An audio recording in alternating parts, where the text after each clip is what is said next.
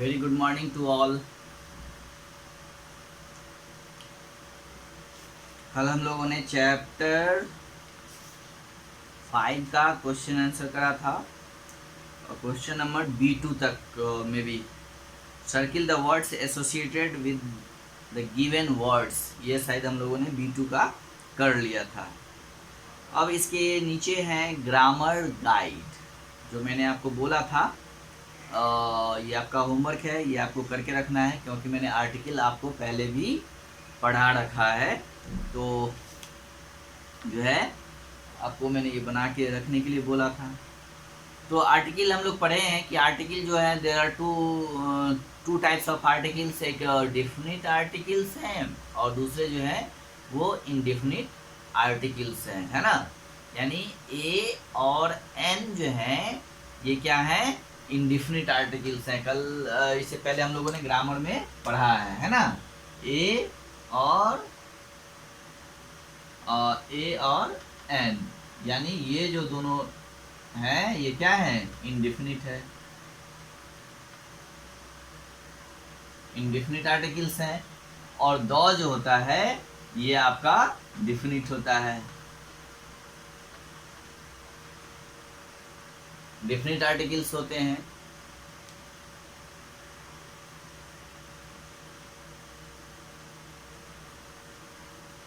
ठीक है, तो आर्टिकल दो तरह के होते हैं, डिफिनिट एंड इनडिफिनिट। मैंने पढ़ाया हुआ है, फिर भी मैं एक बार इसको रिकैप कर दे रहा हूँ, रिवाइज कर दे रहा हूँ कि ये दोनों ए और एन और दो को हम लोग आर्टिकल बोलते हैं, आर्टिकल्स हैं ये आर्टिकल्स हैं। तो ए और एन ये इनडिफिनिट आर्टिकल्स के अंदर आते हैं, यानी इन दोनों को हम लोग यानी ये तीनों, ये जो ए और ये एन है और ये द, यानी तीनों को हम लोगों ने दो कैटेगरी में बांट दिया, यानी दो पार्ट्स में उसको बांट दिया। ए और एन को हम लोगों ने इनडिफिनिट आर्टिकल में रखा है और द को डिफिनिट आर्टिकल में रखा है, यानी ये दोनों दो ग्रुप्स में बट गए, एक डिफिनिट एंड इनडिफिनिट, राइट। तो इनडिफिनिट में ए और एन है ना, और डिफिनिट में द। तो ये आर्टिकल्स हैं। अब हम लोगों को देखना है कि इसका यूज जो है ए और एन का कहाँ पे करते हैं और द का फिर कैसे करते हैं। तो हम लोगों ने पढ़ा था कि ए और एन का यूज जो है हम लोगों इंग्लिश अल्फ़ाबेट में 26 लेटर होते हैं और उन 26 लेटर को हमने बताया था कि उसको भी हम लोग दो पार्ट्स में बांटते हैं, है ना। और उसमें से 5 लेटर्स जो होते हैं A E I O U, जिसको हमने बताया था कि ये वॉवेल होते हैं, और उसके बाद बाकी जितने भी बचे हुए लेटर्स हैं वो सारे के सारे क्या हैं, कॉन्सोनेंट हैं, यानी वॉवेल एंड कॉन्सोनेंट। ये मैंने आपको पहले भी पढ़ाया हुआ है, ओके। तो वॉवेल एंड कॉन्सोनेंट, राइट। तो ए और एन का यूज हम लोग आप पहले देखते हैं कि ए और एन का यूज कहाँ पे हम लोग करेंगे। तो हमने आपको बताया था कि ए का यूज जो है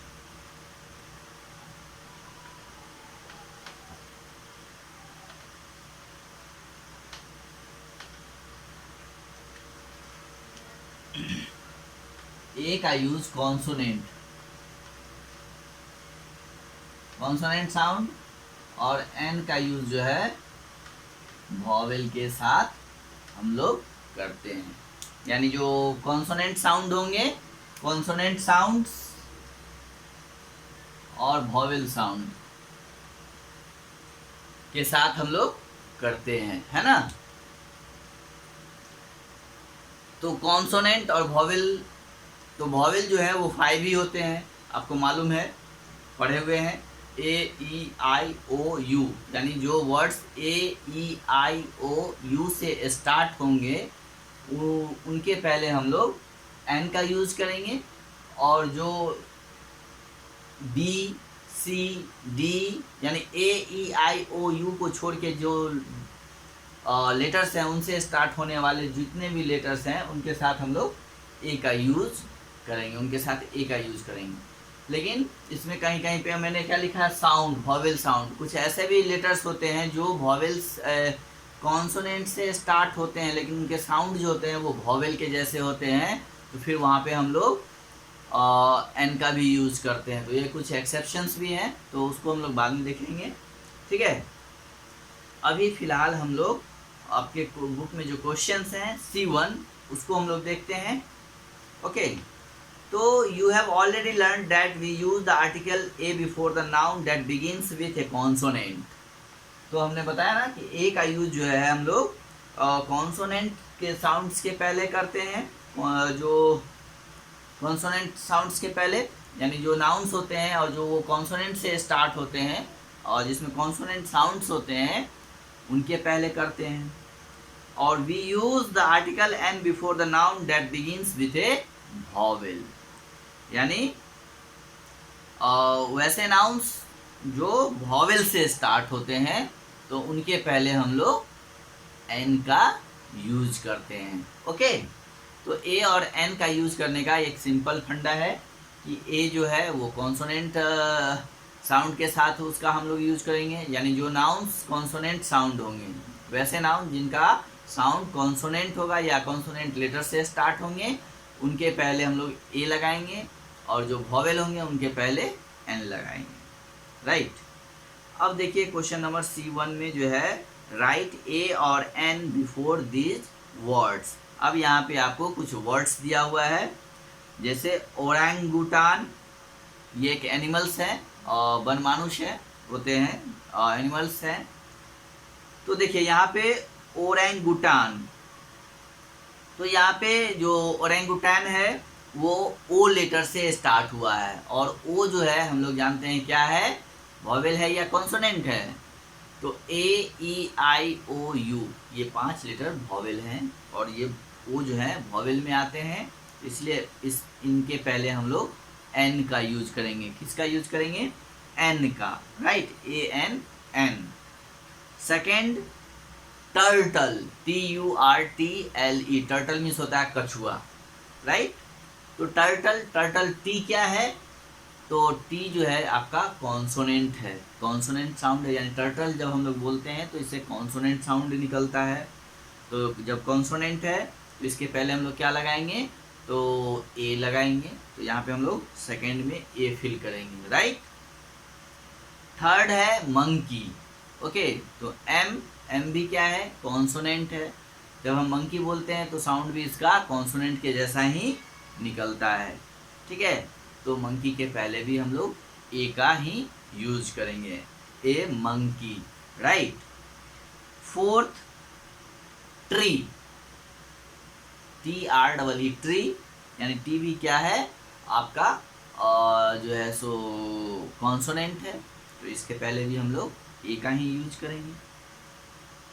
next eagle, EAGLE, eagle.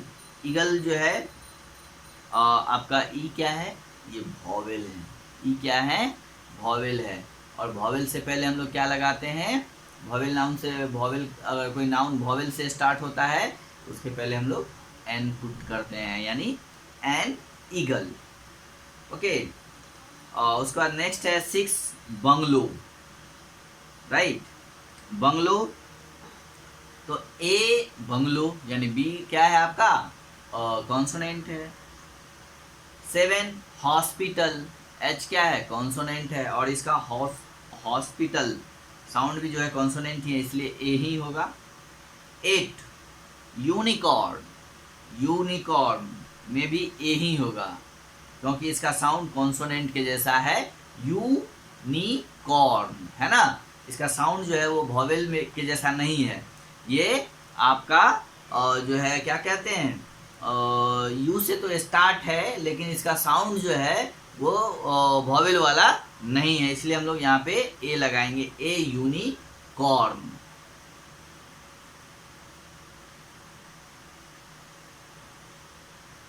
Next N actor, actor में जो है हम लोग एन का यूज करेंगे, एन एक्टर होगा, ठीक है, क्योंकि इसका साउंड भी जो है वो आपका वॉवेल वाला है, वॉवेल साउंड है। नेक्स्ट 10 ओनियन, ओ यानी an onion, okay, an onion. तो एन ओनियन हो जाएगा, यानी ओनियन से पहले हम लोग एन लगाएंगे। ओके, तो ये आपका हो गया डन। अब नेक्स्ट है क्वेश्चन नंबर C2। अब देखिए, नाउ रीड दिस सेंटेंसेज, कह रहा है इन सेंटेंसेज को पढ़िए। जैसे Disney created a new cartoon character called the Mickey mouse, है ना। Disney created a new cartoon, यानी डिज्नी जो है न्यू कार्टून जो है क्रिएट करते हैं, बनाते हैं, जिसको मिक्की माउस कहा जाता है ना। द नेम मिक्की माउस, अब देखिए the name Mickey mouse was suggested by vaults wife, और ये जो नाम है किसके द्वारा सजेस्ट किया गया था, तो वॉल्ट वाइफ के पत्नी के द्वारा। उसका नेक्स्ट सेंटेंस है the sketch over there is mine, है ना। The sketch over is mine, is there is mine. यहाँ पे हम लोग देख रहे हैं द का यूज, है ना। अब देखिए, in the above examples we are talking about a specific cartoon, है ना। जब हम किसी भी कोई खास चीज की बात करेंगे, है ना, किसी स्पेसिफिक थिंग्स की बात करेंगे, तो उसके पहले द का यूज करेंगे। जैसे यहाँ पे मिक्की माउस, मिक्की के बारे में द स्पेशल थिंग्स है, जो है सॉरी स्पेसिफिक थिंग्स हैं, तो स्पेसिफिक चीजें हैं, ये यानी कि ये जो मिक्की माउस जो है वो स्पेसिफिक कैरेक्टर्स है, ठीक है। तो इसके पहले द का यूज किया गया है।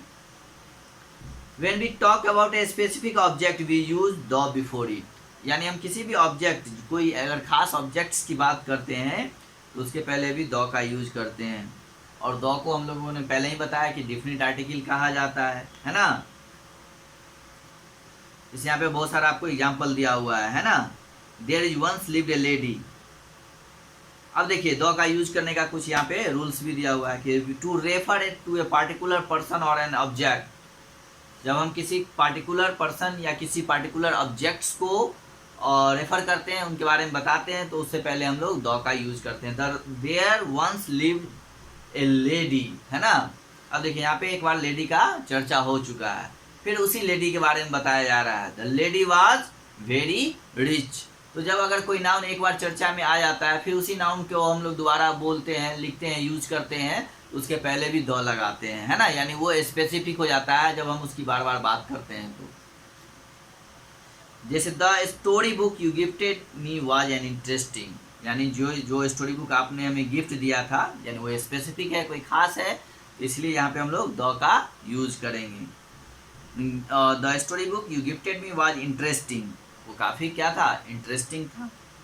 To refer to unique objects, अगर कोई यूनिक ऑब्जेक्ट्स है, अद्भुत चीज़ें हैं, नई चीज़ें हैं, तो उसके पहले भी हम लोग द का यूज करते हैं। जैसे the sun rises in the east, यानी सूर्य जो है पूरब में उगता है, ये यूनिक चीज़ है, ये कभी पश्चिम में आपको निकलता हुआ नहीं दिखाई देगा, ठीक है।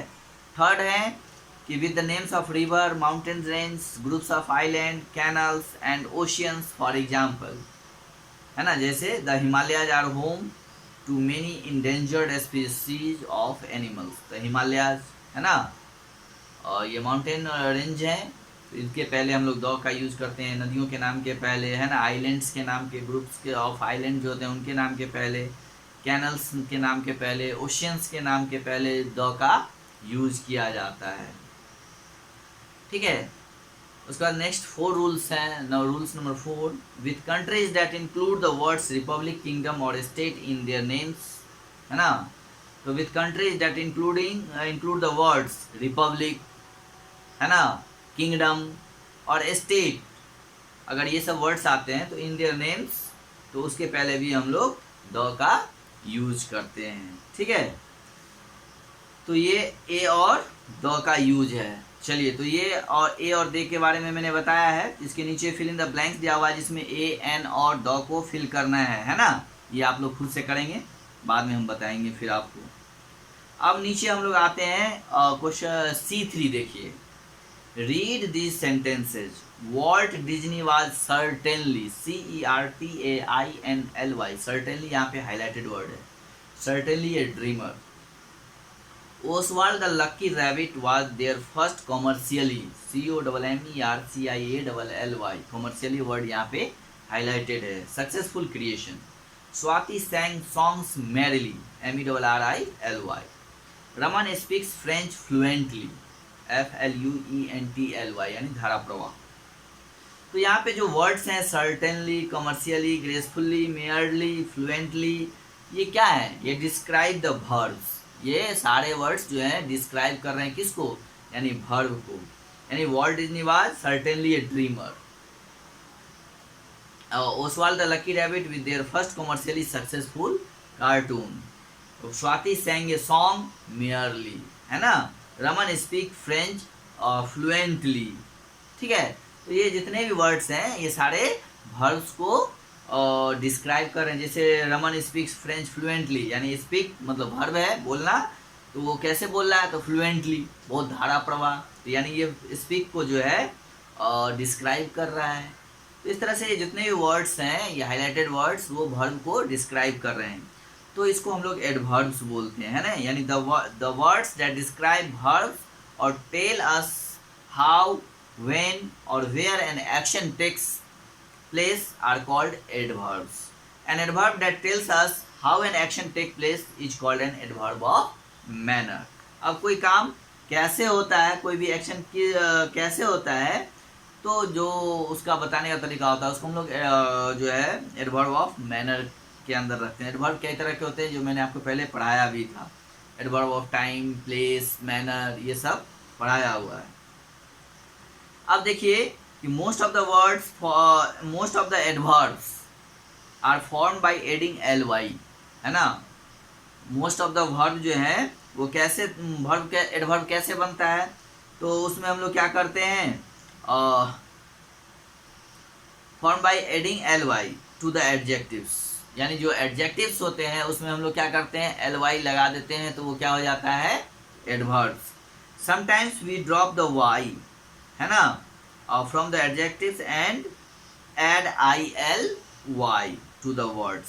फॉर एग्जाम्पल, जैसे हंग्री वर्ड है HUNGRY, तो इसमें देखिए ILY लगा दिया गया है, HUNGR, और Y को यहाँ पे ड्रॉप कर दिया गया। कुछ ऐसे वर्ड्स होते हैं जिसमें हम लोग Y को हटा देते हैं उसमें, और Y की जगह ILY ऐड कर देते हैं।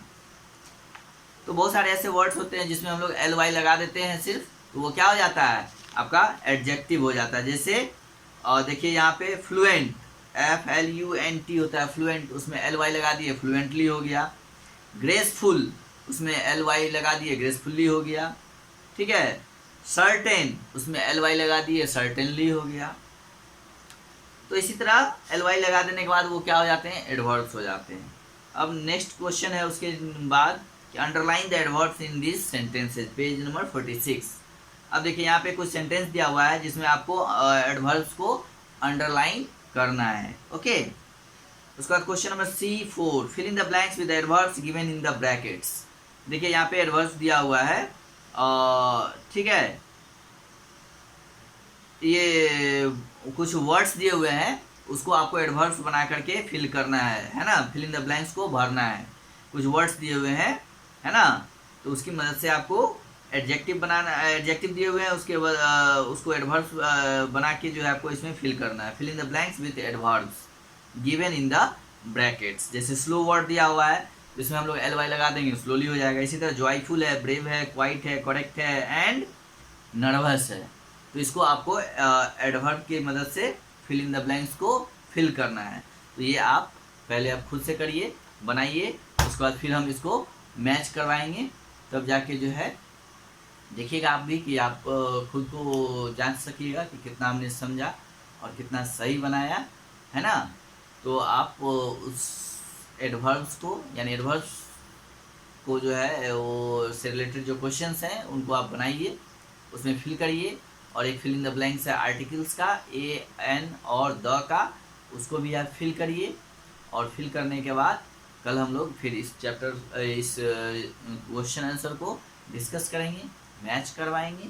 तो आप मैच करिएगा, यानी आप जो बनाएंगे उसमें आप खुद से चेक करिएगा। मैं जब बोलूँगा तो आप अपने आंसर को मिलाइएगा, जो आपका आंसर सही होगा उसको आप खुद से टिक कर लीजिएगा, और जो गलत होगा उसको आप फिर से करेक्ट कर लेंगे। ठीक है, तो इस तरह से आपको करना है अपने आप को करेक्शन, ठीक है। तो कल फिर हम लोग मिलते हैं। Okay okay, have a good day.